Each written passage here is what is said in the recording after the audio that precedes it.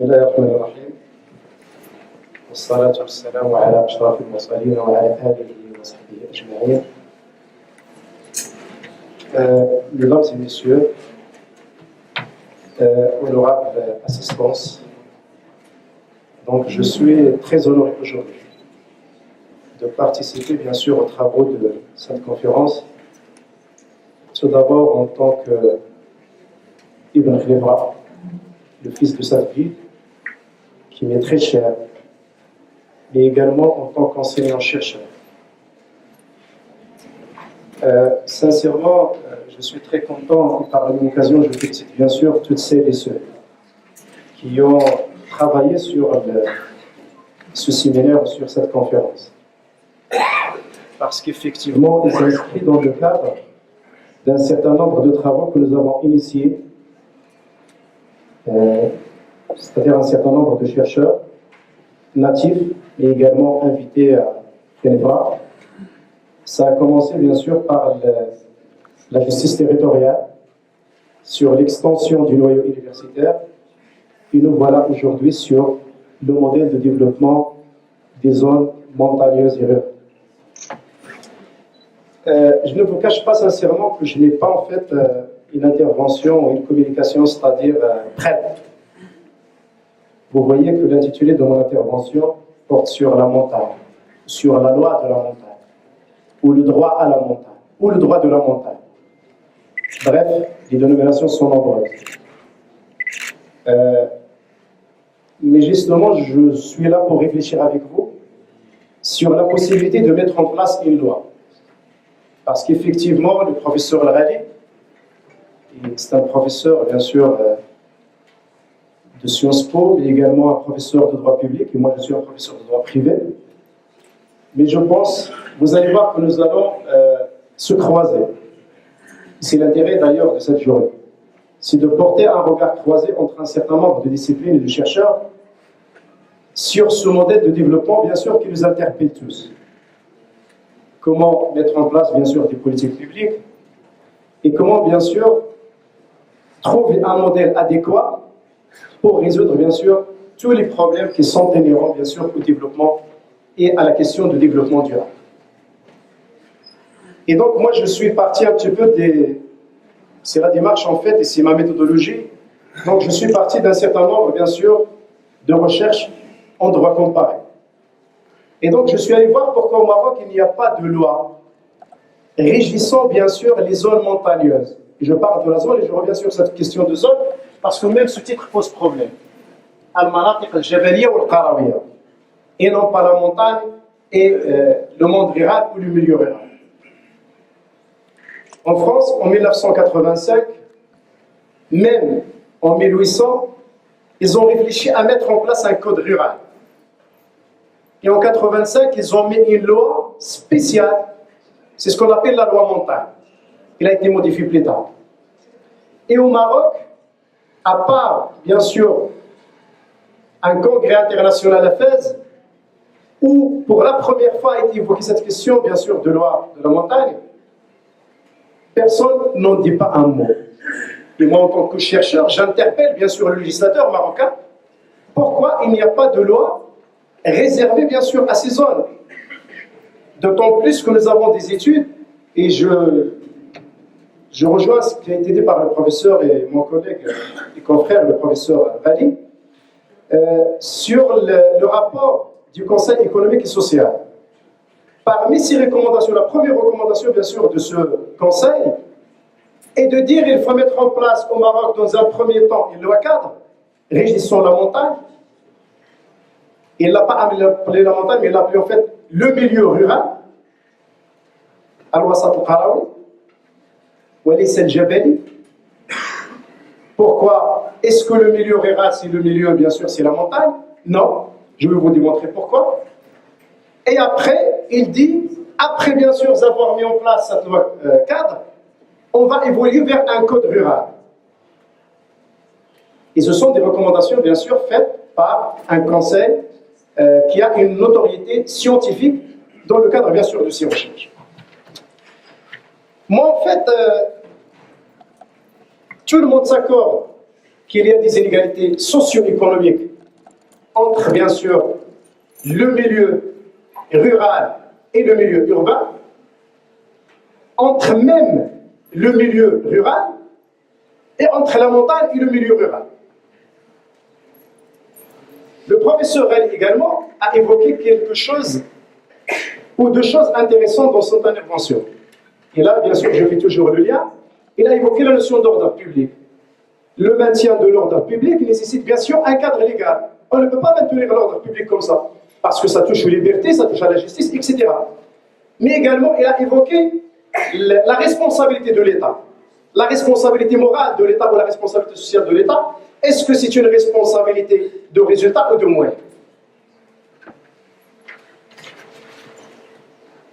Toujours dans la recherche, bien sûr, on doit comparer.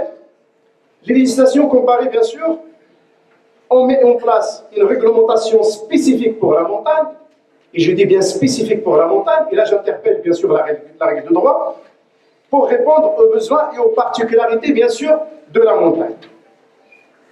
Elles ont même mis en place un droit de la montagne.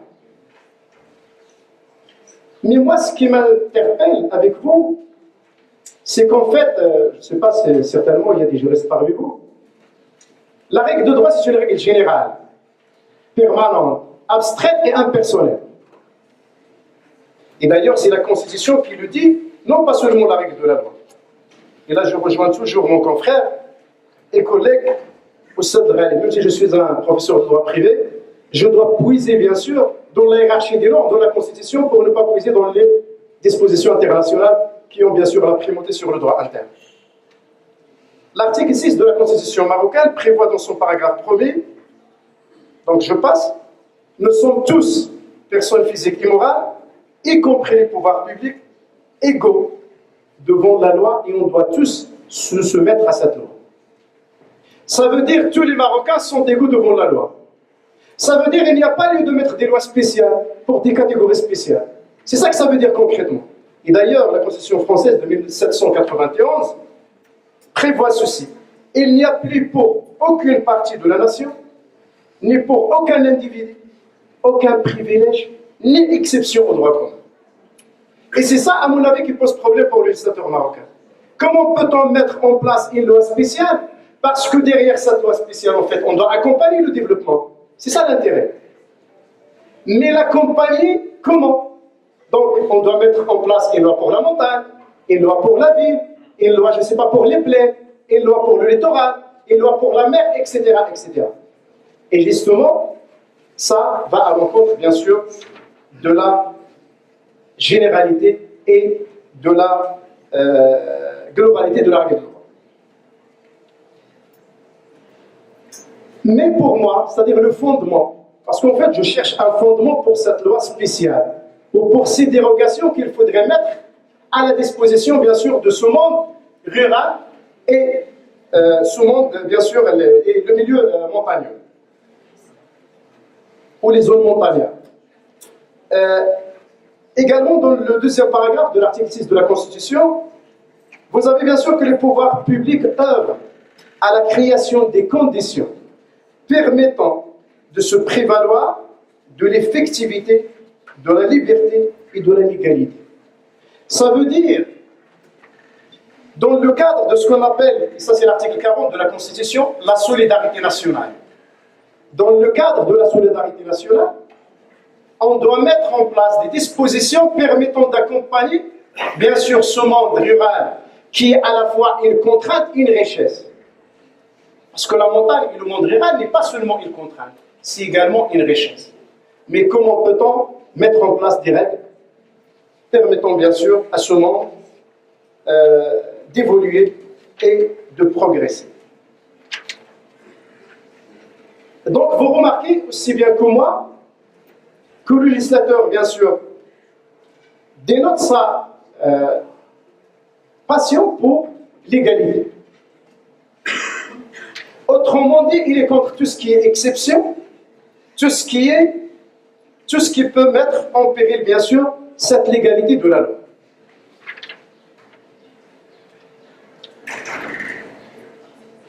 Parce que pour lui, pour le législateur, les exceptions les exemptions, les exonérations, les dispenses et les dérogations semblent mettre à mal ce principe de l'égalité de la vie. Je fais un petit peu de la philosophie du droit, mais juste pour vous montrer, d'après moi, d'après mes recherches, pourquoi nous n'avons pas une loi montagne?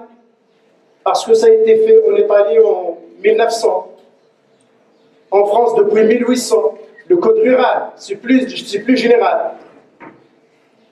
Et au Maroc, ça a été prononcé, d'après mes recherches, dans un congrès international à Fès, je pense en 2017, mais aujourd'hui, il n'y a ni projet de loi, ni, c'est-à-dire une proposition de loi permettant bien sûr de réfléchir sur la question et de la soulever. Parce qu'il cache derrière un certain nombre de choses. Ce nombre de choses, et c'est mon deuxième point, bien sûr, de cette intervention, c'est comment définir la zone de montagne. Où commence la zone de montagne et où s'arrête? C'est ça la difficulté en fait du législateur. من أين يبدأ الجبل وأين ينتهي؟ من أين تبدأ المدينة وأين تنتهي؟ من أين تبدأ القرية وأين تنتهي؟ هذا هو السؤال العميق بالنسبة لي من بين الإشكاليات التي يجب على المشرع أن يجد لها حل، وهي أن يحدد معايير، لأن من وراء المعايير لا بد من الاستفادة من المجهود الوطني أو من يعني المنتوج الوطني وبطريقة متساوية. Et donc pour moi c'est ça en fait la première difficulté, c'est de définir la zone de montagne. Parce que contrairement aux apparences, la zone de montagne n'est pas évidente à définir.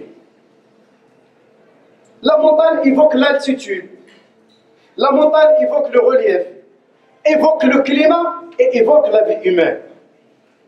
Donc comment, c'est ça en fait la définition de la montagne dans l'article 3 de la loi française de 1985. La montagne égale 4 choses. Et il faut d'abord définir l'altitude, il faut le relief, le climat et la vie humaine. À partir de quel nombre, bien sûr, d'habitants pour dire que nous sommes en telle zone. La combinaison de ces choses, en tant que juriste, me pose problème. Comment transformer la montagne, qui est quelque chose de nature, c'est-à-dire c'est la nature en fait, comment la transformer à une montagne légale? Comment passer, bien sûr, de la nature à quelque chose de juridique, de quantifiable? Parce que, pourquoi le légal? Parce que demain, si on est en conflit, on doit aller devant la juridiction. Et si on va devant la juridiction, il faut trouver, bien sûr, des solutions à ces litiges. Encore, cette notion, bien sûr, le droit ne fait cependant pas de définition claire de la montagne, il désigne simplement des zones de montagne. داكشي حتى الاخوان فاش داروا اللافته سموها المناطق الجبليه لان ما لقاو لها شي مفهوم اخر ولكن المنطقه الجبليه اين تبدا واين تنتهي حتى نستفيد سواسيا من هذه المنطقه الجبليه. Également, et c'est pourquoi d'ailleurs les textes, même le rapport c'est-à-dire du Conseil économique et social, parle de tel texte ou de tel texte. Il disait simplement des zones de montagne au sens de tel texte ou de tel texte. Tout à l'heure, nous avons parlé de l'environnement. On va parler de l'urbanisme, qui pose un grand problème également. On va parler de la notion de ville et de la notion c'est-à-dire le monde rural. Et d'ailleurs, ceci s'est posé en France en 1960.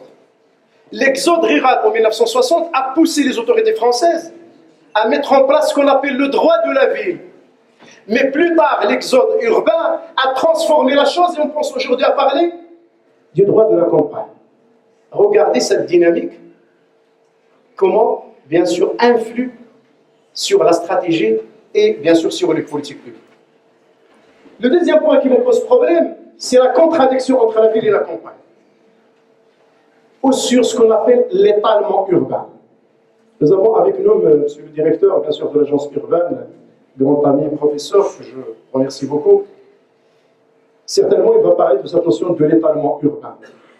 Parce qu'en fait, cet étalement urbain va agir sur la campagne. Et comment le freiner? Et donc la ville et la campagne, ils ont une relation complémentaire. كتمشي في المدينه واحد الوقت بلا ما كتحس كتكون في العالم القروي والعكس صحيح. دونك كاين لا كومبليمون مي ايغالمون il y a une relation d'exclusivité. كل وحده كتدفع على الاخرى عليها. Parce que bien sûr les intérêts parfois sont contradictoires. Et donc cette notion de l'étalement urbain comme une action de la ville sur la campagne, ou inversement comme une réaction de la campagne sur la ville, me pose problème en tant que juriste, bien sûr, pour trouver, bien sûr, un compromis entre ces deux surfaces. Aujourd'hui, on parle de ce qu'on appelle l'urbanisme diffuse. Il n'est ni rural ni urbain. Il est entre les deux. Est-ce qu'il bénéficie de cette loi ou non? Le troisième point, et mon dernier point pour rester dans les temps, sans être bien sûr rappelé à l'ordre par Monsieur le Président, je passe bien sûr à cette notion de mise en œuvre. Donc la mise en œuvre de la loi française de 1985 a été mise en œuvre en tenant compte de trois conditions fondamentales.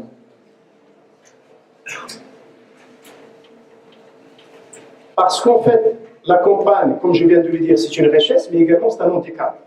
L'handicap, il est lié à l'attitude, à la pente et au climat.